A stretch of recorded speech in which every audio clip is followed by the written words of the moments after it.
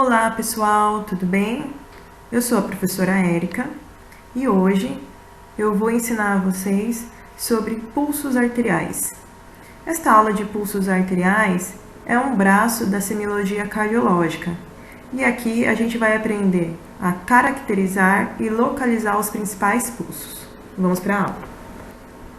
As principais artérias são as temporais, as faciais, que ficam na região cefálica.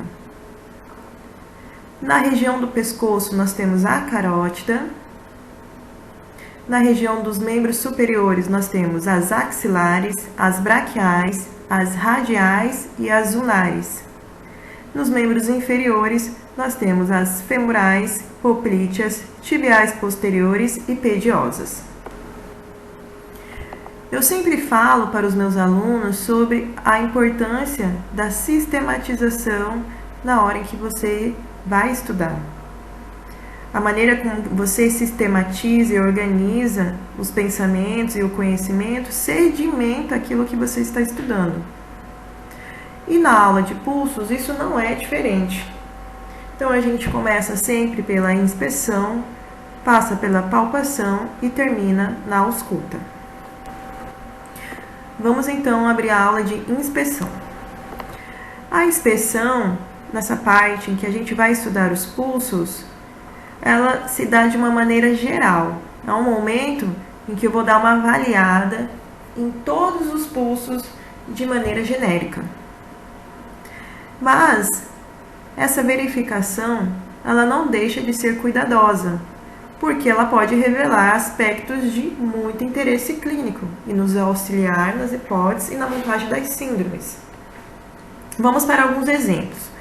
Por exemplo, a artéria temporal superficial, quando realizada a inspeção, ela pode estar tortuosa e de um aspecto espessado. Isso nos leva a pensar, por exemplo, numa arteriosclerose generalizada. A gente também pode observar na inspeção dinâmica sinais como o sinal de um IC. Ele se caracteriza pela movimentação da cabeça para frente, parecendo um sincrônico com a frequência cardíaca, e isso se deve a uma grande amplitude do pulso das artérias. Outra característica importante na inspeção é sempre verificar a base do pescoço, ou então ali a gente chama de região da fúrcula external. Ali pode ter alguma massa pulsante, por exemplo, e nos levar a pensar num aneurisma de aorta. No pescoço, a gente pode ter a dança das artérias, e isso nos levar a pensar em alterações que envolvam as carótidas. Então, quando eu vou fazer a verificação dos pulsos, eu preciso localizá-lo, eu preciso dizer se é um pulso visível ou não, e se possui massas ou não. Existe um fenômeno chamado de fenômeno de Renaud, vocês já estudaram na aula anterior, em que as artérias passam por um período de vasoconstrição e isquemia, levando a um período de cianose e palidez. E geralmente isso acontece em palma e polpas digitais.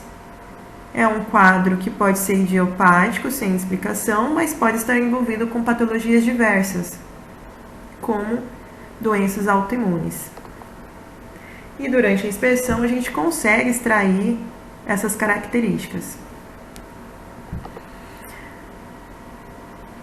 Quando a gente se faz uma verificação cuidadosa e cautelosa, por exemplo, gangrena de pontas de dedos ou úlceras digitais, também nos levam a pensar por exemplo, uma obstrução do fluxo sanguíneo pelas artérias. Então, isso também deve ser escrito durante a descrição do exame físico. Como eu havia dito, aqui nessa primeira figura, vocês observam uma artéria pérvia, em que o fluxo sanguíneo flui sem nenhum obstáculo. Porém, quando o paciente apresenta problemas outros, como ateromas, que obstrui o fluxo sanguíneo, isso leva a uma diminuição do suprimento de oxigênio para os tecidos. Quando essas placas de ateromas começam a crescer, a se desenvolver, pode até levar a um quadro de obstrução. Então, o tecido que está em sofrimento começa a apresentar sinais de ulcerações, como vocês viram no slide anterior.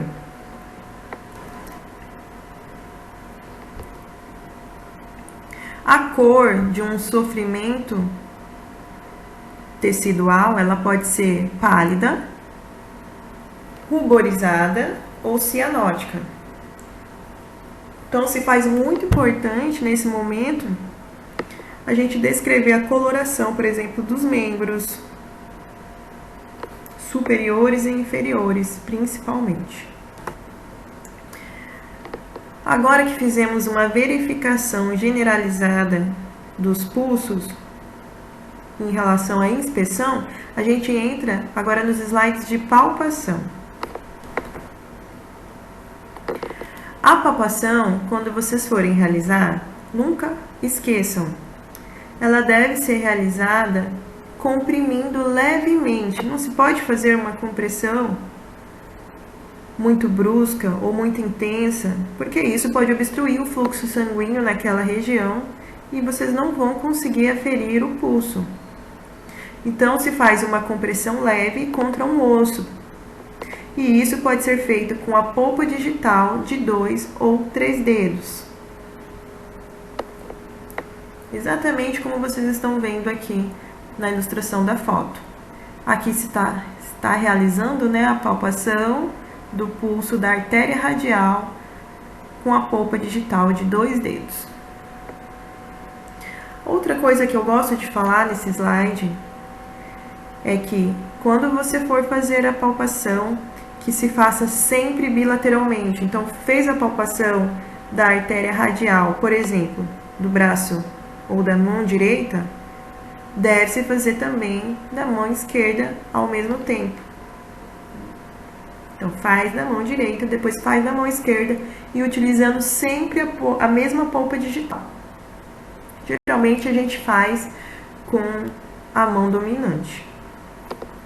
Isso deve ser feito praticamente em um mesmo tempo. Quais são as características que eu preciso aferir de uma palpação de pulso? Enquanto eu estou palpando, eu tenho que ter essas características na minha mente. Então, eu preciso saber o estado da parede arterial, se essa parede está tensa ou não, a frequência, o ritmo, a amplitude, se há frêmitos ou não, principalmente nas carótidas, se há igualdade ou similaridade. Vamos descrever aqui item por item nos próximos slides. Em relação ao estado da parede, ou então a gente também chama de tensão. Ao descrever, eu vou utilizar os termos normal, duro ou mole. A parede dura é uma parede inelástica. Estados hipertensivos pode levar ao endurecimento dessas paredes. A gente também pode chamar de pulsos duros. Estados de hipotensão, de choque, levam ao amolecimento dessa parede. A gente também pode chamar de pulsos moles. Em relação à frequência, preciso saber na minha mente e estar muito bem sedimentado os valores normais. Em adulto, a gente utiliza os parâmetros de 60 a 100 batimentos por minuto. Na criança, de 80 a 120 e nos bebês, de 100 a 160. É muito importante vocês lembrarem que aqui nós estamos aferindo a frequência de pulso. E o termo correto para dizer, por exemplo, que o paciente está com um pulso periférico abaixo do normal é bradisfigmia. Ou acima do normal, taquifigmia. Em relação ao ritmo. O ritmo, quando eu for descrever, lembrar sempre que ele pode ser ou regular ou irregular. Aqui nos gráficos, vocês podem observar que essas ondas de amplitude, eles têm uma certa regularidade, um tempo de espaço que se repete de tempos em tempos. No ritmo irregular, isso não é obedecido. Então, a gente tem espaços de tempos pequenos, curtos, longos. E daí, a gente pode descrever que ele é irregular. Sobre a amplitude. A amplitude, antes de poder caracterizá-la, nós temos que lembrar o que influencia nesse tamanho da onda. O que influencia é o débito sistólico, a força de contratilidade desse coração, a elasticidade da aorta e de artérias periféricas, a competência das válvulas, principalmente a aórtica, e a presença ou não de resistência vascular periférica. A amplitude ela pode ser descrita como normal, diminuída ou pequena e aumentada ou ampla. Diminuída, a gente consegue observar que o tamanho do cume da onda é pequeno. E na aumentada, esse cume ele é alto. Como eu faço isso na prática? Na prática, enquanto vocês estiverem palpando e aferindo esse pulso, vocês podem desenhar as ondas daquele pulso e tomar como base o normal. Assim vocês conseguem comparar e depois classificar. Existe um termo chamado pulso filiforme. Esse pulso está presente, por exemplo, em circunstâncias de choque, hipotensão arterial grave. Ele é um pulso pequeno e rápido, como vocês estão vendo nessa ilustração. Amplitude pequena e o intervalo entre uma onda e outra é muito pequena também. Vamos falar um pouquinho sobre igualdade. A igualdade leva em conta características como amplitude e tensão. Então, num pulso igual, o que a gente observa? Que os tempos entre a amplitude, entre uma onda e outra, é igual. E o tamanho dessa amplitude também é igual. Bom, num pulso desigual, a gente vai observar que o tamanho da amplitude dentro de um mesmo pulso, ela é bem irregular. Então, ela é desigual e irregular. Irregular também por quê? Porque o tempo entre uma onda e outra é variável. Já num pulso que é desigual e alternante, a gente observa tamanhos de ondas diferentes, então, diferentes alturas, mas o tempo em que se aparece uma onda e uma nova onda é igual. Então, nesse caso, ele é desigual, mas ele é regular. A similaridade não é nada mais do que sempre fazer a avaliação das artérias homólogas. Isso se faz tão importante como em quadros de obstrução arterial. Porque quando você afere um pulso de um membro, por exemplo, e vai comparar com o do outro membro, você consegue caracterizá-lo de maneiras diferentes quando há um quadro, por exemplo, de obstrução. Então, é muito importante que os pulsos tenham similaridade, um lado do corpo igual ao outro. Vamos entrar, então, agora na parte da palpação das principais artérias, localizá-la e como palpá-la. Então, vamos começar pela palpação das artérias da cabeça. Iniciando, então, pela artéria temporal superficial. Essa artéria ela pode ser palpada na fossa temporal. A fossa temporal é uma depressão aqui no osso temporal. E você pode palpar essa artéria com 2 ou 3 dedos. sempre utilizando a polpa digital. Então, vocês conseguem observar aqui a artéria temporal, localizada, então, numa depressão do osso temporal. Essa artéria, em alguns casos, ela pode estar tortuosa, calibrosa, e isso se faz na inspeção. É muito importante essa artéria. A artéria facial, ela fica na goteira da mandíbula. Como palpá-la? Com 2 dedos, duas polpas digital, você inicia a palpação pelo ângulo da mandíbula, essa região aqui, do início da mandíbula, e vem fazendo os toques com as polpas digitais até achar a goteira da mandíbula, que é uma discreta depressão aqui no ramo mandibular. Achou essa depressão, é ali que está a minha artéria facial.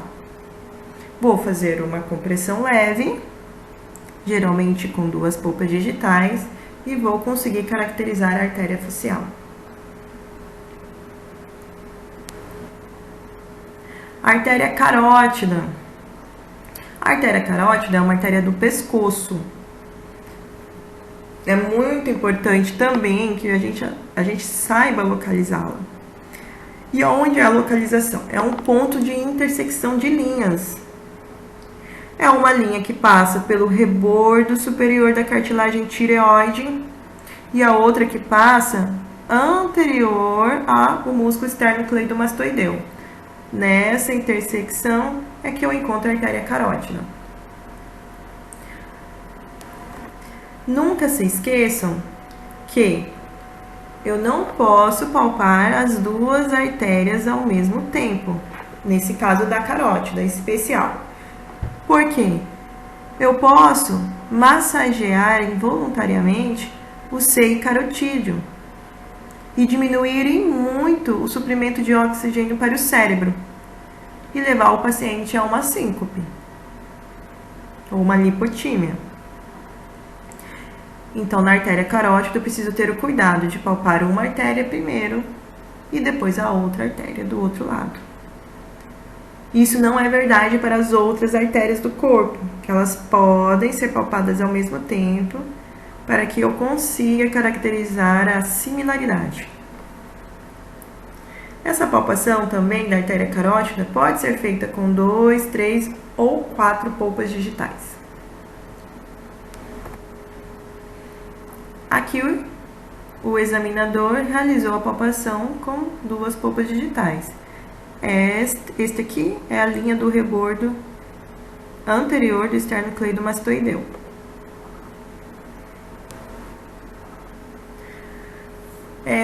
Temos também a artéria subclávia. A artéria subclávia ela é palpada no meio da clavícula, não há segredos. E ela pode ser palpada tanto superiormente quanto inferiormente. Superiormente, nós utilizamos 3 ou 4 polpas digitais e fazemos uma leve compressão acima da clavícula, mas lembrando que essa artéria ela passa pelo meio da clavícula, então é ali que eu vou tentar aferir. Ou ela pode ser feita também infraclavicular. Observem aqui que o examinador está fazendo uma leve compressão no meio da clavícula, isso não pode ser esquecido. A artéria axilar é palpada no vértice da axila. Então, o vértice é o local mais profundo da axila. Para conseguir palpá-la, eu preciso de prática. Ela é uma artéria profunda. Vou utilizar 3 ou 4 polpas digitais. Levantar levemente o membro superior ao qual eu quero aferir aquela artéria e fazer uma compressão leve a moderada. Esta é uma outra forma de palpar a artéria axilar. Seguro o braço, o membro do paciente, com uma das mãos, e com a dominante, geralmente, eu vou fazer a palpação do vértice. Vamos fazer agora a artéria braquial. Onde ela se localiza? Ela se localiza no meio do úmero. no ponto de intersecção com o bordo inferior do bíceps braquial. Então, eu vou passar uma linha no meio do úmero e a outra no bordo inferior do bíceps braquial. É neste ponto em que eu vou palpar a artéria braquial. Como eu palpo? Com a minha mão não dominante, eu levanto o membro superior do paciente em que eu quero palpar a artéria e com o outro membro, com a polpa digital do meu braço dominante, eu vou fazer uma leve compressão com 3 ou 4 polpas digitais. Nesse ponto de intersecção ao qual eu falei, meio do úmero, com o bordo do bíceps braquial. Paciente sentado. O que nós observamos no slide anterior é a palpação superior. Caso eu não consiga aferir por algum motivo, eu posso vir também inferiormente. No início, é interessante, conveniente, que vocês palpem das duas maneiras para que vocês aprendam. Porque pode ser que no começo vocês tenham uma certa dificuldade. A outra artéria, também muito importante, é a artéria radial. Ela fica na goteira do rádio. A goteira do rádio também é uma leve depressão ali na região do pulso. E eu brinco também com os alunos. O polegar é como se fosse a antena do rádio. Então é desse lado da antena do rádio em que eu vou aferir a artéria radial.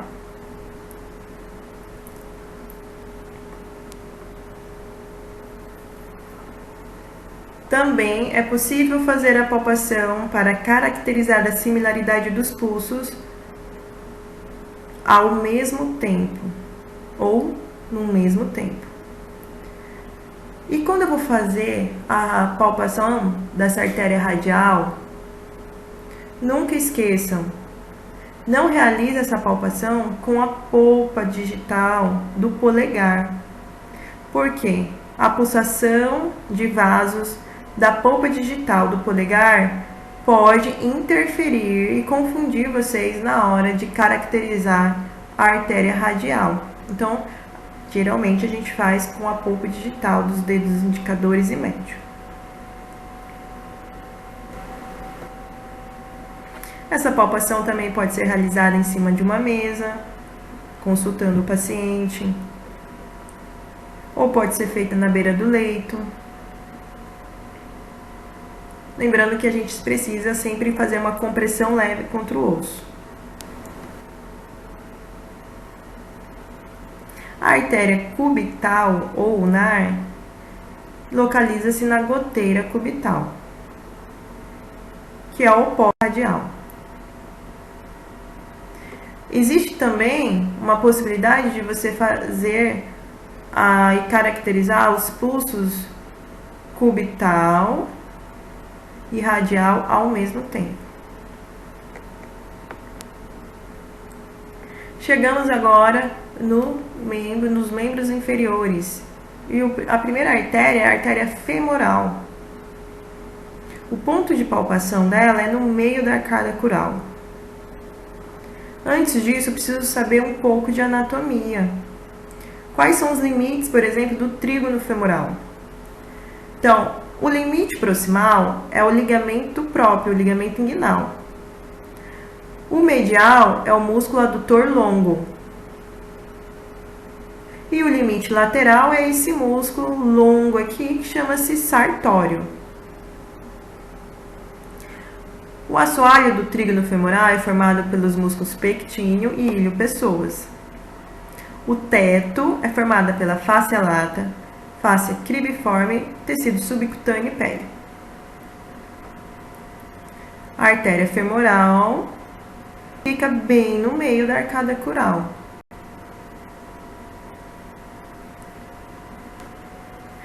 Como eu realizo a palpação? Não podemos esquecer que para fazer a palpação da artéria femoral eu preciso expor por artéria. Não adianta eu querer palpar em cima dos vestuários. Não é a técnica correta, isso só vai prejudicar vocês na prática. Então, peça licença, se preferir, cubra parcialmente o paciente e faça a palpação com 2 ou 3 polpas digitais.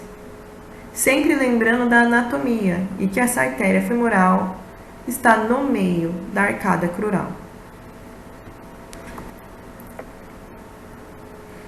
Outro desenho, ilustração exemplificando o afastamento do vestuário, a palpação de 2 ou 3 polpas digitais, uma palpação um pouco mais que leve.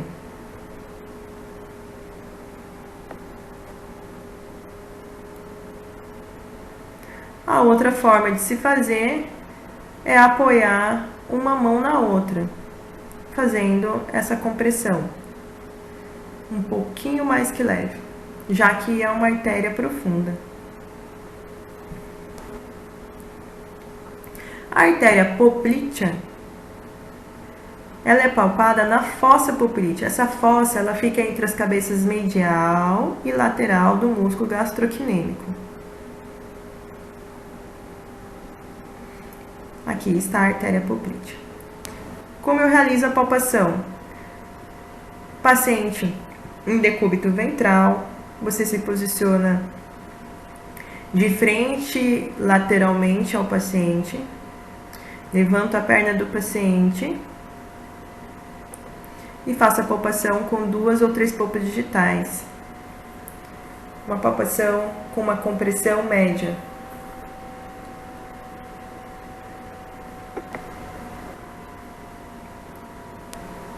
A outra forma de se fazer essa palpação é o paciente sentado e você segurando o joelho desse paciente, levantando o joelho desse paciente e posicionando as suas polpas digitais entre as cabeças medial e lateral do músculo gastrocnêmico. A palpação da artéria poplítea requer paciência, prática. Não desistam na primeira. Palpem várias. Palpa de um lado, palpa de outro. Utiliza-se as 2 técnicas.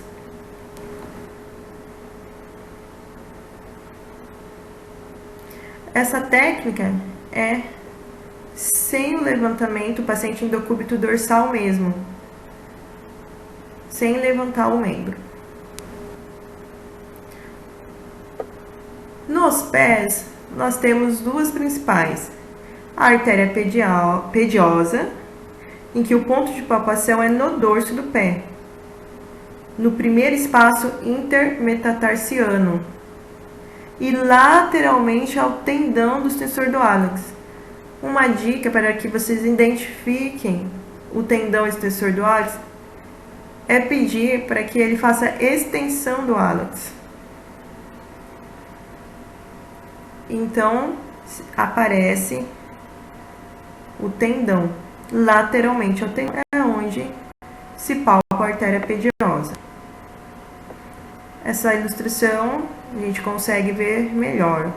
Faz a extensão do polegar, o tendão levanta, lateralmente ao tendão, a gente consegue aferir a artéria pediosa.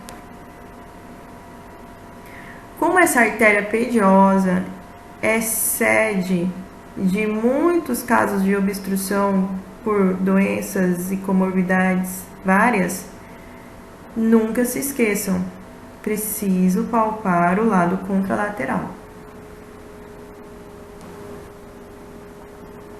Essa palpação pode ser feita em 2 tempos ou ao mesmo tempo.